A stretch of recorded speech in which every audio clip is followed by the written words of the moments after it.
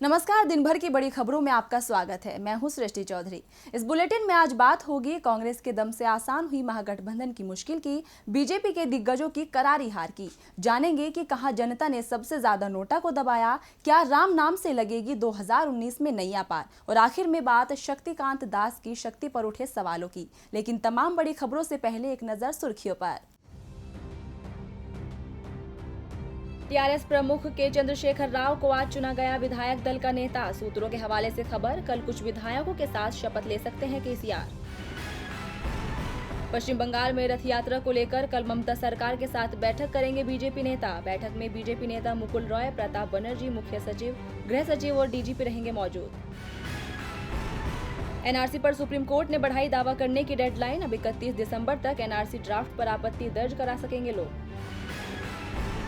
Amrapali group को supreme court से झटका। कोर्ट ने आम्रपाली के टेक पार्क और रायपुर की संपत्ति को 10 दिन के अंदर खाली करने का दिया आदेश।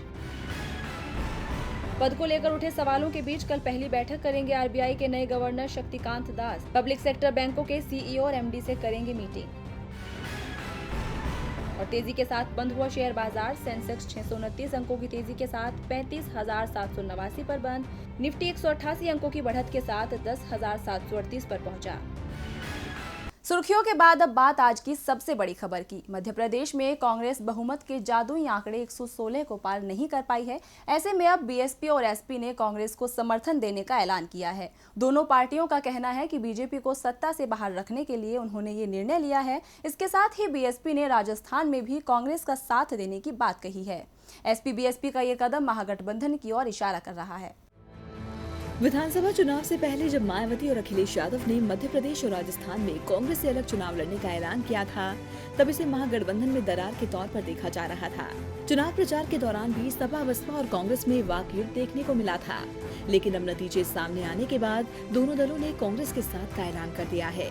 कांग्रेस को खरी खरी सुनाते हुए बीएसपी सुप्रीमो मायावती ने कहा कि आजादी के बाद से ही कांग्रेस पार्टी ने पिछड़ी जाति, जनजाति के विकास के लिए कोई कारगर कदम नहीं उठाया, जिसकी वजह से ही बीएसपी का निर्माण किया गया। उन्होंने कहा कि बीजेपी के कार्यकाल में ही यह बंद नहीं हुआ था। मायावती ने कहा कि बीजेपी की नीतियों की वजह से जनता दुखी थी, जिसकी वजह से जनता ने कांग्रेस पार्टी को ही मजबूत समझा और वोट दिया। इसलिए अब हम भी एमपी और राजस्थान में कांग्रेस को समर्थन देने का ऐलान करते हैं। वहीं सपा प्रमुख अखिलेश यादव ने भी कांग्रेस के साथ का ऐलान कर दिया है। वैसे सपा और बसपा के इस कदम के बाद अब महागठबंधन की स्थिति और मजबूत होती नजर आ रही है। अभी तक सपा और बसपा महामोर्चा से थोड़ा दूरी बनाए हुए थे, जिसके बाद कहा जा रहा था कि शायद दोनों दलों की इसमें कोई दिलचस्पी नहीं। मगर अब एसपी और बीएसपी ने कांग्रेस की समर्थन की बात कर महागठबंधन में शामिल होने की ओर इशारा किया है। डीबी लाइव की रिपोर्ट। कांग्रेस अध्यक्ष राहुल गांधी ने सत्ता के सेमीफाइनल में न सिर्फ दमदार जीत दर्ज की, बल्कि महागठबंधन की राह भी आसान की। कांग्रेस की जीत के साथ ही अब दूसरे दलों के सुर भी बदल गए हैं। जो सपा बसपा दूर थे, वो अब साथ आ गए हैं। इस दोस्ती के बाद अब सवाल उठता है कि क्या 2019 तक मोदी अपने जादू को बचा पाएंगे? क्योंकि जिस राहुल गांधी को लेकर बीजेपी नारा लगाती थी कि जब तक कांग्रेस के साथ राहुल का नाम रहेगा, पंजा हर जगह नाकाम रहेगा, उसी राहुल गांधी ने बीजेपी के किलों में सेंधमारी कर ब्रांड मोदी को फेल साबित कर दिया। 2014 के लोकसभा चुनाव से पहले जब 2013 में बीजेपी ने मध्य प्रदेश से लेकर छत्तीसगढ़ और राजस्थान में प्रचंड जीत दर्ज की, तो कहा गया कि ये मोदी लहर का नतीजा है।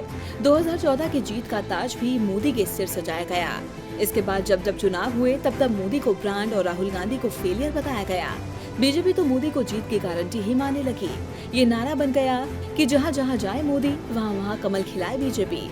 लेकिन अब 2019 से पहले 2018 में हुए विधानसभा चुनाव में राहुल गांधी ने मोदी के उस तिलिस्म को तोड़कर कांग्रेस का ऐसा पंजा मारा कि बीजेपी के किलों को ही ढहा दिया।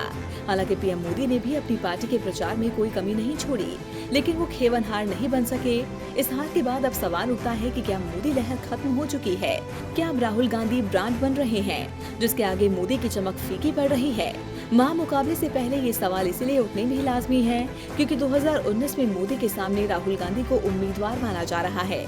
ऐसे में राहुल गांधी ने तो सत्ता के सेमीफाइनल को जीतकर फाइनल की राह आसान कर ली, लेकिन अब नरेंद्र मोदी के लिए राह मुश्किल हो गई है। मोदी के सामने सबसे बड़ी चुनौती अपनी साख को बचाने की है, क्योंकि विपक्ष की ओर से जो मैसेज दिया जा रहा है वो ये है कि राहुल ने सीधे तौर पर ब्रांड मोदी को मात दी। अगर 2019 से पहले विपक्ष मोदी लहर को खत्म करने में कामयाब हो गया तो तीनों राज्यों की तरह केंद्र की सत्ता भी बीजेपी के हाथ से निकल सकती है। ऐसे में अब देखना होगा कि क्या 2019 तक मोदी लहर बरकरार रह पाती है या नहीं। डीबी लाइव की रिपोर्ट। 2014 के चुनाव के बाद से तो मोदी बीजेपी का चेहरा बन गए। जहां भी चुनाव हो, बीजेपी मोदी के नाम से ही चुनावी मैदान में उतरती थी। लेकिन इस हार ने अब पीएम मोदी की साख दांव पर लगा दी है, जिसे 2019 में बचाना उनके लिए सबसे बड़ी चुनौती है। वैसे इस विधानसभा चुनाव में बीजेपी के कई दिग्गज नेताओं के सामने अपनी कुर्सी बचाने की चुनौती थी, लेकिन उसमें ज्यादातर नेता नाकाम रहे। मध्य प्रदेश, छत्तीसगढ़ और राजस्थान में 36 मंत्रियों को हार मिली है। 2019 के लोकसभा चुनाव से पहले हुए 5 राज्यों के विधानसभा चुनाव में बीजेपी की साख दांव पर लगी थी। पार्टी के सामने मध्य प्रदेश, राजस्थान और छत्तीसगढ़ को बचाने की चुनौती थी, लेकिन इस अग्नि परीक्षा को बीजेपी पास नहीं कर पाई। राजस्थान में तो हर 5 साल में सत्ता परिवर्तन की परंपरा है, लेकिन मध्य प्रदेश और छत्तीसगढ़ तो बीजेपी के अभेद किले माने जाने लगे थे, जिसमें 15 साल से कोई सेंधमारी नहीं कर पाया था। मगर इस बार कांग्रेस की ऐसी आंधी चली कि बीजेपी तिनके की तरह बिखरती चली गई। इन राज्यों में न सिर्फ सत्ता गई, बल्कि दिग्गजों की साख भी चली गई। तीनों राज्यों में बीजेपी के 36 मंत्रियों को हार मिली है। मध्य प्रदेश में 109 सीटों पर सिमटने वाली बीजेपी के 13 दिग्गजों को अपनी सीट गंवानी पड़ी। ये सभी 13 दिग्गज शिवराज सरकार में मंत्री थे। जयभान सिंह पवैया, रामपाल सिंह, दीपक जोशी और शरद जैन आदि मंत्रियों को हार का मुंह देखना पड़ा। राजस्थान में सत्ता गंवाने के बाद बीजेपी को दूसरा झटका उसके 15 मंत्रियों ने दिया। ये सभी 15 मंत्री अपनी अपनी सीट से चुनाव हार गए। इनमें राजस्थान के परिवहन मंत्री रहे यूनुस खान को टोंक से सचिन पायलट के सामने हार स्वीकार करनी पड़ी। तो वहीं गौपालन मंत्री ओटाराम भी चुनाव हार गए। इसके अलावा बीजेपी के पूर्व प्रदेश अध्यक्ष अशोक परनामी, सामाजिक न्याय एवं अधिकारिता मंत्री अरुण चतुर्वेदी, कृषि मंत्री प्रभुलाल सैनी समेत कई नेताओं के हाथों हार लगी है। छत्तीसगढ़ में भी जनता ने दिग्गजों के सितारे को नहीं चमकाया।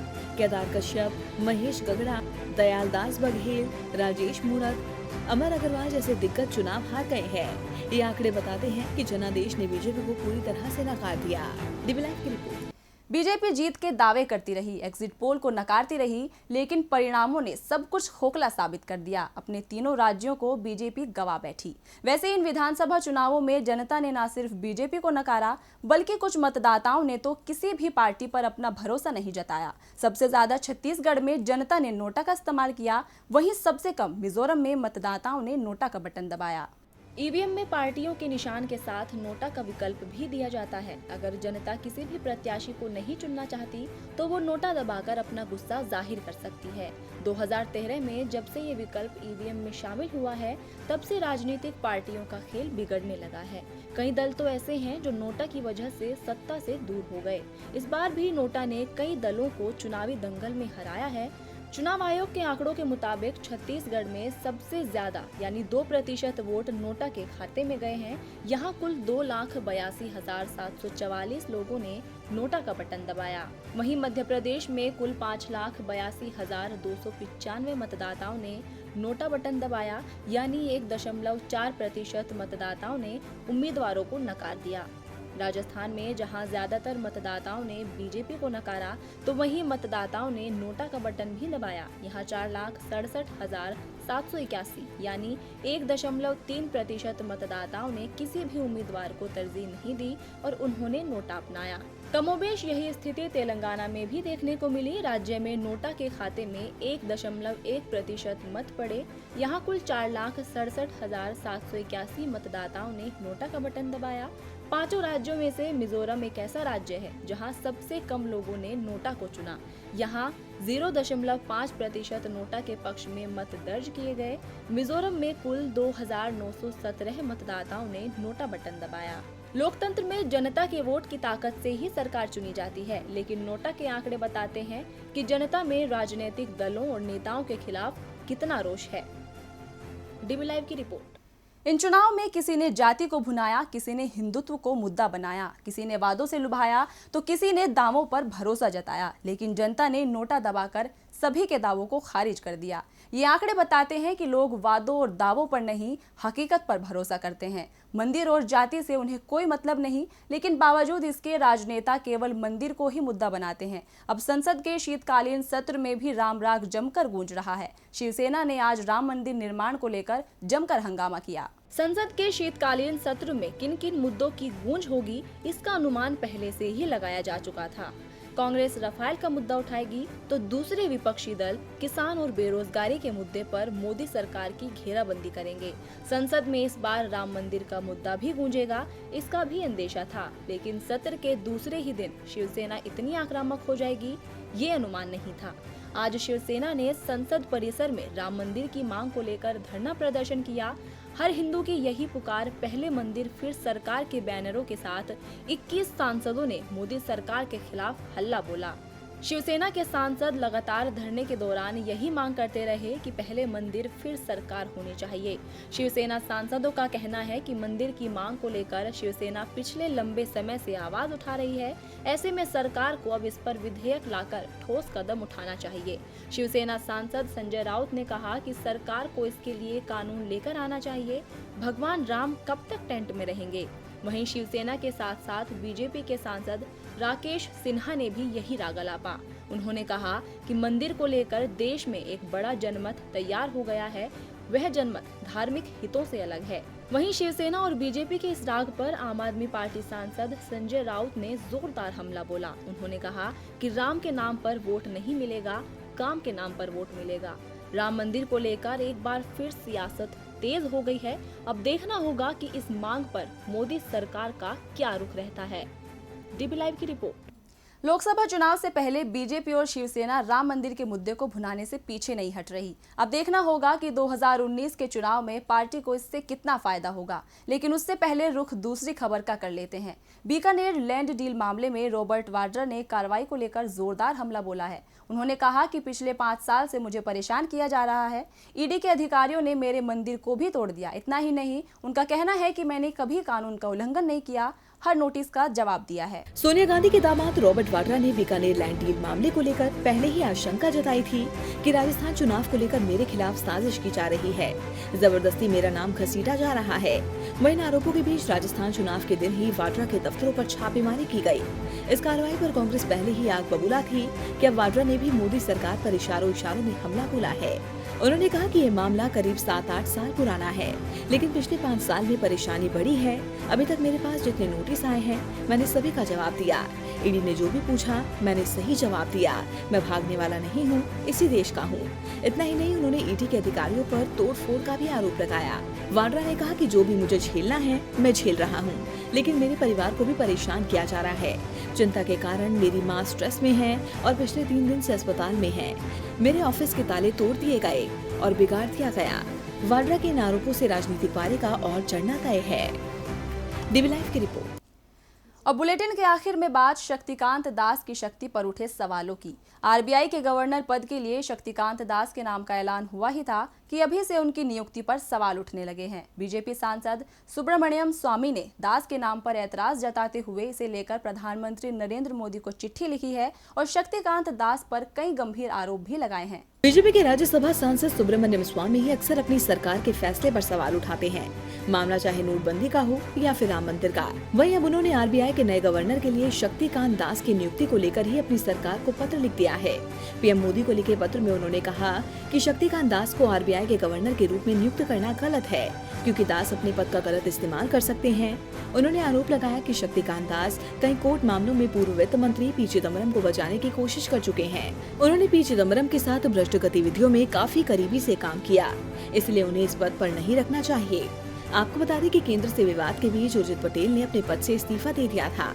उन्होंने कहा था कि मैं निजी कारणों की वजह से गवर्नर पद छोड़ रहा हूं, लेकिन माना जा रहा था कि सरकार के दबाव की वजह से ही उर्जित पटेल ने अपना पद छोड़ा। इसे लेकर ही विपक्ष ने मोदी सरकार को घेरा था। विपक्ष के हमलों के बीच ही पीएम मोदी ने वित्त मंत्री के साथ बैठक कर नए आरबीआई गवर्नर के नाम पर मुहर लगाई थी और वित्त आयोग के सदस्य शक्तिकांत दास को आरबीआई का नया चीफ बनाया था। लेकिन अब उनकी नियुक्ति को लेकर ही विवाद खड़ा हो गया है। डीबी लाइव की रिपोर्ट।